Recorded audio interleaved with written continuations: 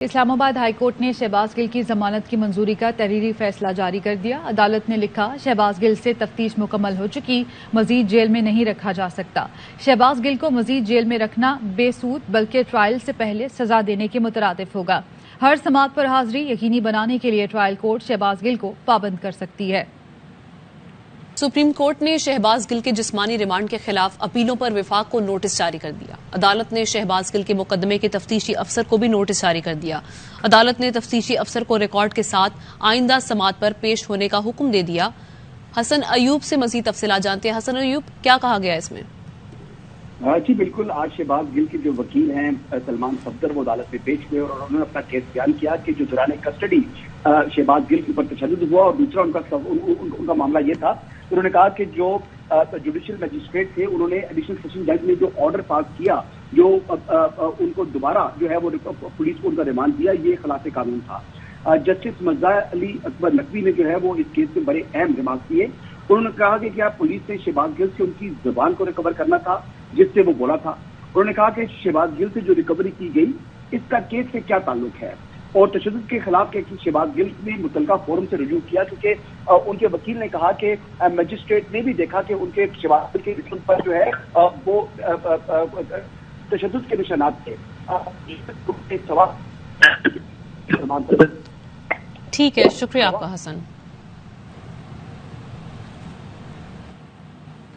Supreme court نے سابق وزیر خزانہ اسحاق ڈار کو اشتہاری قرار دینے کے خلاف کیس سماعت کے لیے مقرر کر دیا۔ جسٹس اعجاز الحسن کی سربراہی میں 2 رکنی بینچ 21 ستمبر کو سماعت کرے گا۔ جسٹس مظاہر علی اکبر نقوی 2 رکنی بینچ کا حصہ ہوں گے۔ عدالت نے مقدمے کے فریقین کو نوٹس جاری کر دیے۔ اسحاق ڈار نے اشتہاری قرار دینے اور اثاثے منجمد کرنے کے خلاف درخواست دائر کر رکھی ہے۔ پاکستان تحریک انصاف کی کور کمیٹی کا اہم ترین اجلاس طلب۔ اجلاس کل اسلام آباد میں منعقد ہوگا۔ چیئرمین تحریک انصاف عمران خان اجلاس کی صدارت کریں گے۔ ملکی سیاسی صورتحال اور آئندہ کے لائحہ عمل پر تفصیلی تبادلہ خیال کیا جائے گا۔ اجلاس میں تیزی سے گرتی معیشت کا خصوصی جائزہ لیا جائے گا۔ میڈیا پر پابندیوں اور انسانی حقوق کی خلاف ورزیوں پر جامع حکمت عملی مرتب کی جائے گی۔ سینئر قائدین اور کور کمیٹی کے اراکین کی شرکت کے لیے دعوت نامے بھجوا دیے گئے۔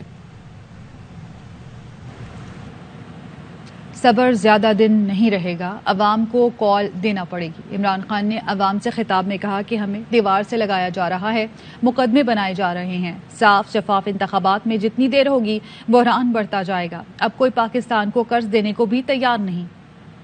آگے بڑھیں، آپ کو بتائیں کہ ملک بھر میں آٹے کا بحران سنگین ہونے لگا۔ کوئٹہ میں 1 کلو آٹا 130 روپے میں بھی نہیں مل رہا۔ کراچی میں فی کلو آٹا 120 روپے پر جا پہنچا ہے۔ لاہور سمیت متعدد شہروں میں آٹے کی قیمت کو پر لگ گئے۔ مہنگائی کے مارے عوام دہائیاں دینے لگے۔ کوئٹہ سمیت بلوچستان کے بیشتر علاقوں میں آٹے کا بحران برقرار ہے۔ دستیاب آٹا شہریوں کو مہنگے داموں مل رہا ہے۔ صوبائی حکومت کی جانب سے فلاور ملز کو کوٹے کے مطابق گندم فراہم نہیں کیا جا رہا، جس کی وجہ سے آٹے کی قیمتوں میں روز اضافہ ہو رہا ہے۔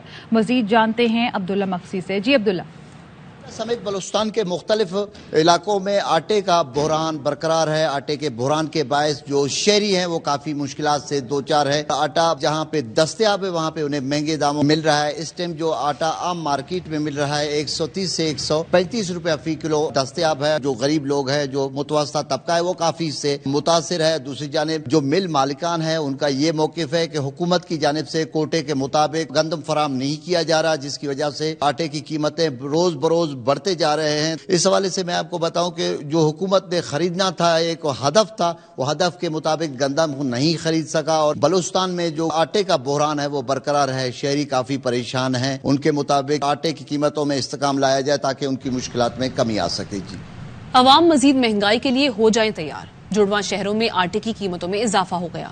فلاور ملز ایسوسی ایشن کے مطابق پنجاب حکومت نے بھی فلاور ملز کو سرکاری گندم مہنگی کرنے کا کہہ دیا۔ راولپنڈی، اسلام آباد میں ایکس مل ریٹ 105 روپے فی کلو تک پہنچ چکا۔ اوپن مارکیٹ میں گندم 3500 روپے فی من فروخت ہو رہی ہے۔ اوپن مارکیٹ سے خریدی گئی گندم کے 20 کلو آٹے کا تھیلا 2100 روپے ایکس ملز ہے۔ پنجاب حکومت نے بھی سرکاری گندم کی قیمت بڑھانے کا کہہ دیا۔ 20 ستمبر سے حکومت 2300 روپے فی من گندم جاری کرے گی۔ سرکاری گندم کی فی من قیمت میں 535 روپے اضافے کا کہہ دیا گیا ہے۔ فلاور ملز ایسوسی ایشن کا کہنا ہے کہ اس وقت سرکاری گندم کی قیمت 1765 روپے فی من مقرر ہے، جبکہ 20 کلو سرکاری آٹے کی قیمت 980 روپے مقرر ہے۔ گندم کے سرکاری نرخ بڑھنے سے 20 کلو آٹے کا تھیلا 1300 روپے میں فروخت ہوگا۔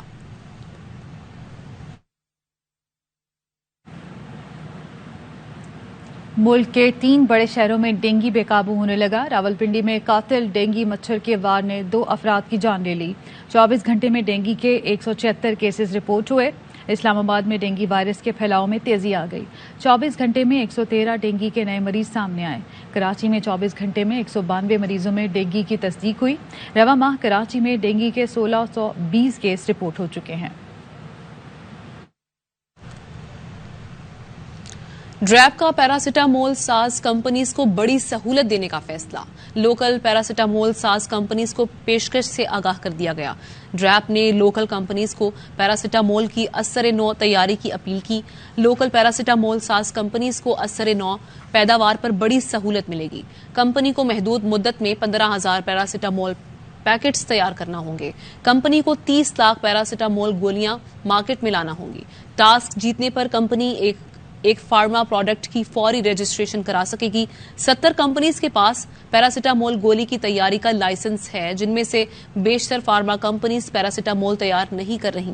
40 سے زائد کمپنیز کا پیشکش سے فائدہ اٹھانے کا امکان ہے۔ 40 کمپنیز کی پروڈکشن پر 12 کروڑ پیراسیٹامول گولی مارکیٹ میں آئے گی۔ حیدرآباد کے شہری غیر اعلانیہ لوڈ شیڈنگ کے کرب میں زندگی گزارنے پر مجبور ہیں۔ درجنوں علاقوں میں 15 سے 20 دن سے بجلی کی عدم فراہمی پر مظاہروں سے بھی حکمرانوں کے کان پر جوں نہیں رہیں گی۔ دیکھتے ہیں ناصر حسن خان کی رپورٹ۔ کہ الیکٹرک کے بلوں میں KMC کا ٹیکس، کراچی کے شہری حکومت سندھ پر پھٹ پڑے، بولے یہ ٹیکس نہیں ظلم ہے، حکومت خود بھی کچھ کرے۔ اتنی مہنگائی میں یہ ٹیکس کراچی والوں کے لیے ناانصافی ہے۔ آدھے شہر کی سڑکیں ٹوٹی پڑی ہیں، کہیں سے کچرا نہیں اٹھاتے، کس سے اپیل کریں؟ بل عذاب ڈال دیا، ابھی KMC کا ٹیکس ہے، اب فلاں کا ٹیکس ہے، اب فلاں کا ٹیکس ہے۔ ابھی ہم ٹیکس بھریں یا ہم بچوں کو کھلائیں، کہاں جائیں؟ ظلم ہے کراچی کی عوام کے ساتھ، اور اپنا پہلے اتنی مہنگائی ہوئی ہے اور یہ ٹیکس ختم کرنے چاہیے۔ KMC کے جو بھی ٹیکس وغیرہ ہیں یہ بہت غلط ہیں۔ پہلے یہ عوام جو ہے پس رہی ہے مہنگائی کی چکی میں، KMC کا ٹیکس بھی لگا دیا ہے۔ گورنمنٹ کو چاہیے کہ وہ خود بھی کچھ کرے۔ پورا کرنا ہے انہوں نے، اس گورنمنٹ نے نا اپنے آپ کو غریب کا خون چوسے، ہم اور آپ جیسے پہ ٹیکس لگائے، کہیں نہ کہیں سے انہوں نے پورا کرنا۔ کیا اپیل کریں، سننے والا کوئی نہیں۔ ٹیکس یہ بالکل ناجائز ہے، یہ گورنمنٹ کا کام ہے اور یہ ہم پہ بوجھ ڈالا جا رہا ہے ایکسٹرا۔ پہلے بجلی کے بل اتنے ہیں کہ ہم لوگ بھر نہیں سکتے، تو آپ یہ بتائیں یہ ایکسٹرا چارجز کب تک عوام بھرے گی؟ تو اس چور حکومت کو تو میں کہتا ہوں بالکل فارغ کر دینا چاہیے۔ کراچی کی حالت دیکھیں آپ، کوئی روڈ بنی ہے ابھی تک؟ ایک پیچ تک نہیں لگا روڈ کے اوپر، اور ہم ان کی صفائیاں کرتے نہیں ہیں، صرف فٹ پاتھ کے اوپر کونے کونے سے جھاڑو مار کے نکل جاتے ہیں۔ شہباز حکومت اور پیمرا کی فسطائیت، PTI کا گجرانوالہ میں جلسہ کیوں دکھایا؟ پیمرا نے ARY نیوز اور بول نیوز کی نشریات 3 روز کے لیے بند کر دی۔ پیمرا نے حکومتی ایما پر مؤثر تاخیری نظام نہ ہونے کا الزام لگا کر نشریات روکنے کا حکم دیا۔ ARY نیوز نے مؤثر تاخیری نظام کے ساتھ گجرانوالہ کا جلسہ دکھایا تھا۔ عمران خان کی ARY نیوز کی نشریات 3 روز کے لیے معطل کرنے کی مذمت۔ عمران خان نے کہا کہ چینلز کو صرف حق اور سچ کی آواز دکھانے کی سزا دی جا رہی ہے۔ چینلز کو چاہیے کہ حکومتی فسائیت کے جواب میں ڈٹ جائیں، حکومتی ظلم و جبر کا ڈٹ کر مقابلہ کریں۔ قوم آپ کے ساتھ ہے۔